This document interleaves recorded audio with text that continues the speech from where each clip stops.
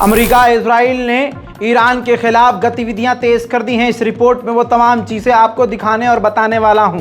ये देखिए, इजराइल के डिफेंस मिनिस्टर ने तमाम ईरान के जो युद्धपोत और समुद्री जहाज हैं नेवी के, जितने भी घातक उसने वॉरशिप समेत एयरक्राफ्ट कैरियर तैनात किए हैं समुद्र में, वो इजराइल के डिफेंस मिनिस्टर ने अपनी गवर्नमेंट को और इंटरनेशनल मीडिया को दिखाया है। साथ में उन्होंने कहा है कि ये तैरते हुए आतंकी बेस हैं जो पूरे दुनिया के लिए, खासकर मिडिल ईस्ट के लिए बड़ा खतरा है। इसमें UAE missile system, advance intelligence, अलग अलग तरह की खतरनाक हथियारों से लैस ये युद्धपोत हैं। ये इजराइल का डिफेंस मिनिस्टर खुद इस बात को बोल रहा है और दिखा रहा है।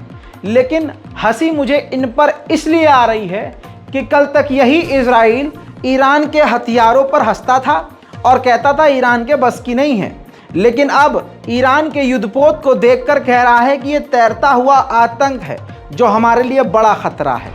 उधर दोस्तों, ये इमेज जारी करी इजराइल ने ये इमेज जारी की है जो अंडरग्राउंड न्यूक्लियर प्लांट की है। यहाँ पर अंडर ज़मीन के नीचे जो है ईरान का परमाणु प्रोजेक्ट है।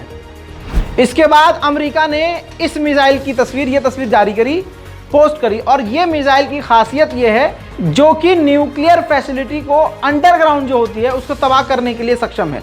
यानी ज़मीन फाड़ के ये अंदर घुस सकती है और नीचे, ज़मीन के नीचे जो कुछ भी होगा उसको तबाह कर सकती है। अमेरिका ने ये पोस्ट किया, लेकिन कुछ ही देर बाद इसको तुरंत फोटो को डिलीट कर दिया जो हमने आपको दिखा दिया। तो दोस्तों, अमेरिका और इजराइल एक साथ ईरान के खिलाफ काफ़ी ज़्यादा एक्टिव हो गए हैं। अब अमेरिका सारी दुनिया को ईरान के खिलाफ घसीट रहा है। ये देखिए, हॉर्मूज, ईरान के हॉर्मूज के इलाके में आप ये एक्सक्लूसिव तस्वीर रज़ाग्राफी पर देख रहे हैं। फ्रांस, अमेरिका और यूके यानी ब्रिटेन की नेवी साफ नजर आ रही है। ईरान पहले ही बोल चुका है कि हमारा पूरी तरह से इस पर अटेंशन है, हमारी नज़र इनकी हरकतों पर गड़ी हुई है। आईडीएफ के चीफ ने बड़ी बात कही। इजराइल डिफेंस फोर्स के चीफ ने कहा कि अभी तक ईरान के पास न्यूक्लियर वेपन नहीं है, लेकिन उसके पास इतना यूरेनियम है कि वो बना सकता है न्यूक्लियर वेपन। लेकिन अभी ईरान ने डिसाइड नहीं किया कि उसको न्यूक्लियर हथियार चाहिए या नहीं। ईरान इसीलिए सारी दुनिया के लिए और खासकर हमारे लिए बड़ा खतरा है, क्योंकि वो जो चाहे कर सकता है। आईडीएफ के चीफ का इस बात का कहना इस बात की दलील है कि अमेरिका इजराइल को अगर किसी का खौफ है तो वो ईरान है। उधर इजराइल के डिफेंस मिनिस्टर ने खुला कहा है कि हम और भी इन्वेस्ट करेंगे, मैक्सिमम इन्वेस्ट करेंगे, ज़्यादा से ज़्यादा पैसा खर्च करेंगे आर्टिफिशियल इंटेलिजेंस पर, ताकि ईरान के खिलाफ एआई का इस्तेमाल किया जा सके। अब ईरान का भौकाल इतना खतरनाक है कि अमेरिका ने तो स्पेशल टास्क फोर्स बना दी है, यानी एक ऐसी सैन्य टुकड़ी जो अमेरिका की सबसे मजबूत है, एक ऐसी सेना को बनाया गया है जिसका काम सिर्फ ईरान के खिलाफ ऑपरेशन करना है। उधर यूरोपीय यूनियन ने ईरान के प्रदर्शन के बहाने, ईरान में प्रदर्शनकारियों पर जुल्म के बहाने ईरान पर और कड़े प्रतिबंध लगा दिए हैं। पाकिस्तान के बॉर्डर की तरफ से 4 से 5 आतंकवादी घुसने की कोशिश ईरान में कर रहे थे। ईरान के बॉर्डर मिलिट्री ने उन पर गोलीबारी की, दोनों तरफ से गोलीबारी हुई। उल्टा इसमें ईरान के 6 जवान शहीद हो गए।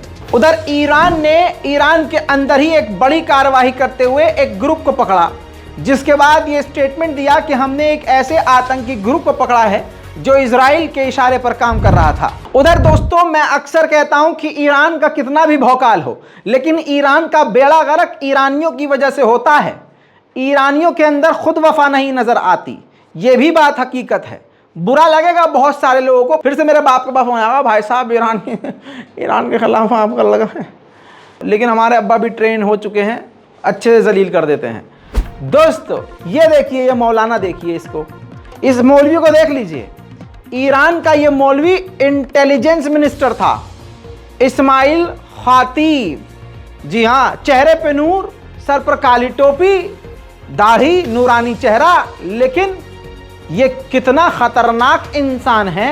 ये जो आतंकी ग्रुप ईरान ने पकड़ा है उसमें से ये एक व्यक्ति है जो कि ईरान के इंटेलिजेंस मिनिस्टर हैं, गिरफ्तार किए गए हैं और सबूत ये मिला है कि इनका और इनके अलावा 4 से 5 और लोगों का इजराइल के साथ गहरा ताल्लुक है और इजराइल के लिए उल्टा जासूसी कर रहे हैं। ईरान के इंटेलिजेंस मिनिस्टर, बताइए, जब इजराइल की गोद में नाच रहे हैं तो ईरान का बेड़ा गर्क तो होना ही है। उधर ईरान के सुप्रीम कमांडर ने कह दिया है कि हम अपने इलाकों की रक्षा भी कर सकते हैं और अपने साथियों के साथ यानी अरब देशों की तरफ जो कल तक दुश्मन थे, इशारा करके कहा है कि हम सब हाथ मिलाकर अपने अपने बॉर्डर की सुरक्षा कर सकते हैं और एक दूसरे का साथ दे सकते हैं।